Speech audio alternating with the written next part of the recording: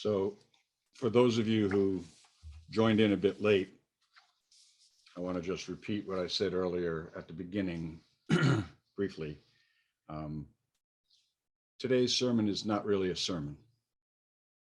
If you read my email with our order of service that I sent out yesterday, I was originally going to speak about Lent because Lent began this past week on Wednesday. And I've spoken about Lent in the past. But I've also been thinking the past couple of weeks about, I'm sure as all of you have, about what's happening. And there are just times where a sermon that you plan just isn't going to make it. I felt it was important that I say some things that I feel about what's going on. But I also let you know in that email that these are not fully formed thoughts. And you may disagree with some of them. Frankly, I think I disagree with some of the things I say myself right now. I don't know. There's lots of confusion about all this. Because here we are again, right? Faced with the prospect of involvement in another war, and not simply a war over there. We're on a perilous brink that could become another world war.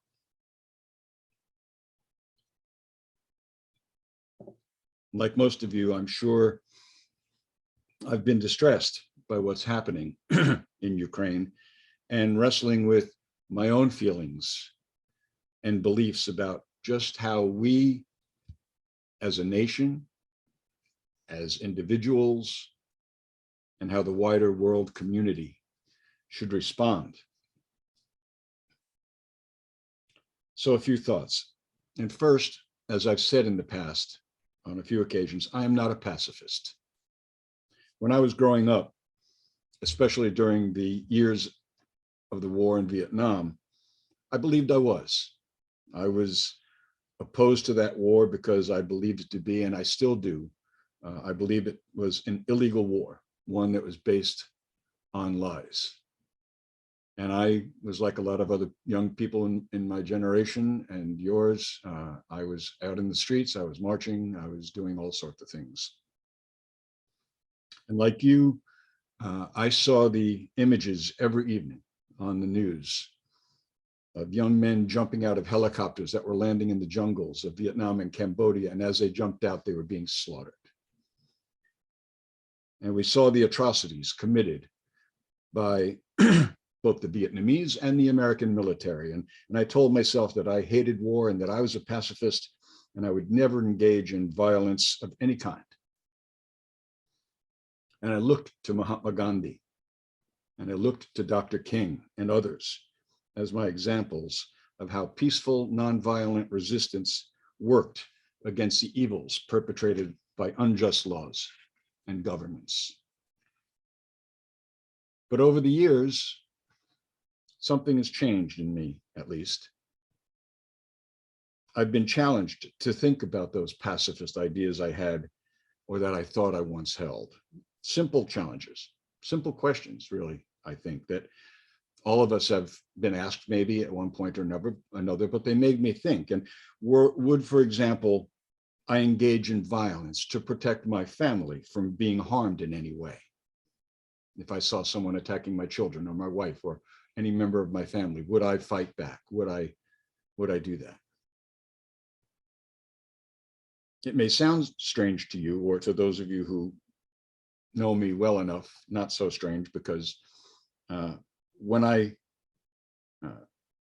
think that the first time I really thought of this was when I saw a movie called Friendly Persuasion. Perhaps some of you have seen that movie in the past, right? With Gary Cooper, which happens to be, by the way, one of my wife Lisa's favorite movies. And it's about the story of a Quaker family. And Quakers, as you know, have generally always been pacifists. And they live in Indiana, a state that supported the Union during the Civil War. And the tension between the oldest son and the rest of the family, because the oldest son supports the war effort and wants to join the Union Army. He sees what's happening around him. And it raised questions in my mind about what I would do to protect my family if I had to. But there's a difference between that and waging a war. Would I engage in a war that was declared on the grounds of being preemptive, one that would prevent an attack from another nation? Right now, in my mind, I say no. We saw what a preemptive war was like when we went into Iraq, right? Preemptive, because they had weapons of mass destruction, which they didn't. Another lie. Or would I get involved with a war that was defensive if we were attacked? Would I? What would be the extent of my involvement? Would I take up arms as part of the military? Would I be part of a resistance movement to protect my nation, my family, my friends, my neighbors? But all of these and many other questions and possibilities have always been kind of academic for me and for all of you, I suspect, because just ideas to toss around in my head or in conversations like this, because I've never had to actually face any of those possibilities, right? But others have, and others face them every day. And right now, the people of Ukraine are facing these questions and even more immediate ones. Even as I watch those images on television and the internet and listen to and read about what they're experiencing, I'm simply doing so from the comfort of my own living room, right? But it does force me to consider yet again how I respond to that situation and to the actions taken by a megalomaniac, a genocidal dictator, anti-Semitic dictator, I might add, Vladimir Putin, and the response by our government and NATO and the wider world community. And I've been thinking about the idea of just war theory. Some of you may know what just war theory is. It's an old doctrine that actually began, you can trace it back as far as ancient Egypt, and also the Roman Empire and the Greek Empire. But it was really, we really know it in the West, mostly because of the writings of Augustine of Hippo, St. Augustine, you know. And he wrote about just war theory. And the easiest way for me to explain briefly to you what just war theory is about was simply to read to you from what Wikipedia says in their first paragraph about it. It says the just war theory is not a theory actually, but a doctrine, also referred to as a tradition of military ethics, which almost sounds like an oxymoron to me, of military ethics, which is created and studied by military leaders, theologians, ethicists, and policymakers. The purpose of the doctrine is to assert that a war is morally justifiable through a series of criteria, all of which must be met for a war to be considered just. The criteria are split into two groups: the right to go to war and the right conduct in war. The first group of criteria concerns the morality of going to war, and the second group concerns the moral conduct within war. The just war doctrine asserts that the belief that war, while it is terrible, but less so with the right conduct, is always the worst option. Important responsibilities, undesirable outcomes, or preventable atrocities may justify war. Opponents of the just war doctrine may either may claim to adhere to a stricter pacifist standard, which proposes that there can never be, nor can there ever be, a justifiable basis for violence, or they may be inclined toward a more permissive nationalist standard, which proposes that a war only needs to serve a nation's interests to be justifiable. In many cases, philosophers decided that individuals do not need to be plagued by a guilty conscience if they are required to fight. A few philosophers ennoble the virtues of the soldier, while they also declare their apprehensions for war itself. A few, such as Rousseau, argue for insurrection against oppressive rule. In the Christian tradition, it's still used by some Christians today as a guide to whether or not war can be justified. War may be necessary and right, even though it may not be good. In the case of a country that has been invaded by an occupying force, war may be the only way to restore justice.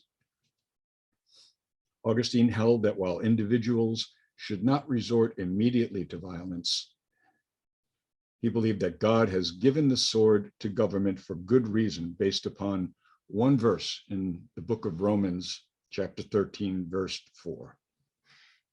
Now, I don't want to dwell too much right now on this idea of just war theory.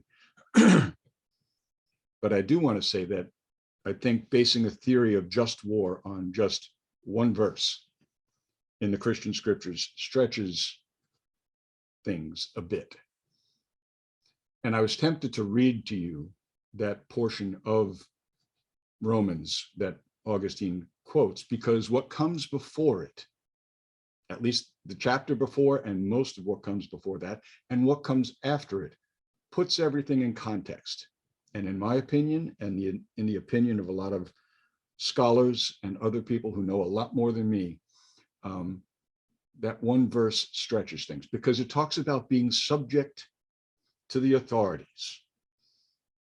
That one verse, and it says, you have to be subject to the authorities because they're ordained by God. They're there no matter who they are. Just listen to them. Which makes no sense to me, because that means that Putin could say he's ordained by God, or Xi Jinping can say the same thing. So we'll talk about that perhaps at another time. I think it warrants some discussion. But personally, I don't think that any God or deity out there somewhere has anything to do with governments and authorities being ordained. But the question of a just war is one that I still wrestle with. The idea that maybe we need to do this at some point. People believe that about the Spanish Civil War. They believed it about World War II and other wars. And there's no doubt in my mind that war is evil. It does nothing to prevent future wars. It does nothing to prevent further atrocities. You remember that 1970 song by Edwin Starr, right? War. What is it good for? Absolutely nothing. The only friend it has, he says in that song, is the Undertaker. Any war, in my opinion, is always a dance with the devil, if you will. And I believe that we have to do all that we can to avoid it. As much diplomacy as possible, continued diplomacy. And we see that happening. We say even Zelensky, the president of Ukraine, is willing to engage in dialogue. I don't know to what end, but at least he's willing to try. And then I think about that peaceful nonviolence. That does work. We've seen it work in this nation. We've seen peaceful nonviolence during the civil rights movement and during other actions in our nation, change the way people think and change laws and unjust laws. But I have to be honest and say that I don't think that peaceful nonviolence would work in the face of Vladimir Putin's evil. I don't think peaceful nonviolence would have worked against Adolf Hitler.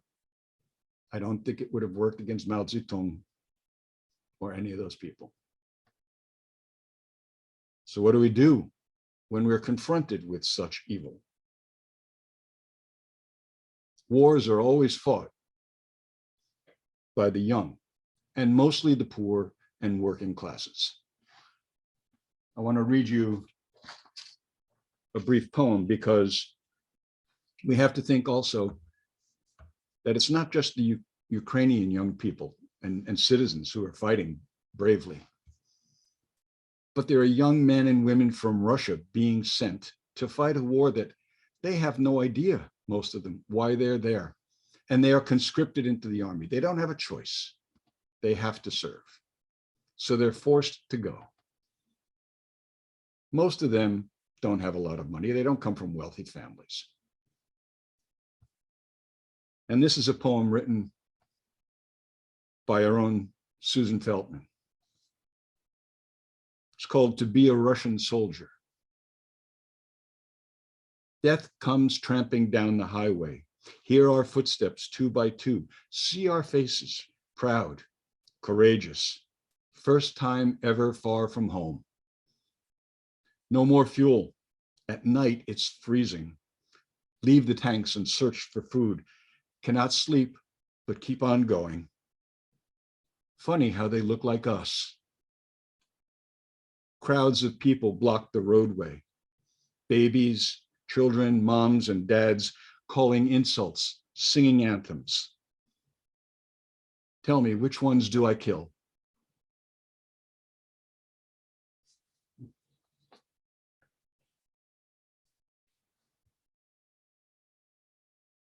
When I read that poem, I thought about those young men and women from Russia who are in a nation that they didn't want to invade. They have no idea why they're there. They're just doing their duty, what they're commanded to do. Because if they don't, they'll be put in prison. They might likely be killed. And they're protecting their own families back home from what would happen to them.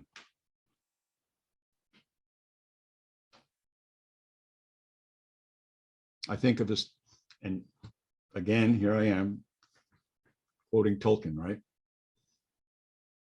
But there was a scene in one, the second episode of the movie versions of his books, when a young man is killed by an arrow who is attacking. He's one of the allegedly bad guys. And Frodo says, oh, he was the enemy. He deserved to die. And another character, Faramir, says to him, the enemy? His sense of duty was no less than yours, I deem. You wonder what his name is, where he came from, and if he was really evil at heart. What lies or threats led him on this long march from home? If he would not rather have stayed there in peace. War will make corpses of us all, he says. War always involves the desires of oligarchs and plutocrats and authoritarians for more power, more land, more money, more of everything. What do they say? War is big business. But the further you get, the closer you get to the front, the less profitable it seems. And it always involves immense human suffering and death. And like you, I hate violence and I hate war. I wish it need not have happened in my time, says Frodo. So do I, said Gandalf, and so do all who live to see such times, but that is not for them to decide. All we have to do is decide what to do with the time given us. And I don't want to play armchair soldier or military advisor. There seems to be danger in whatever decision is made. I'm concerned that Putin might actually use nuclear weapons if the US and NATO get militarily involved. But isn't sending weapons pretty much the same thing? And what about China? I don't want to see our young men and women sent over there and be killed. We're once again dancing with the devil here. But at the same time, we're being called during that dance to do it while standing in the breach. And I don't know where all of this will lead. Hopefully, Putin will come to his senses or be forced to give up. Hopefully, he'll be held to account. And hopefully, Ukraine will be able to recover and build. Hopefully. That's really what we have. Hope. If you enjoyed this video, please like us on YouTube, subscribe to our channel, and click on the bell to be notified whenever we post a new video.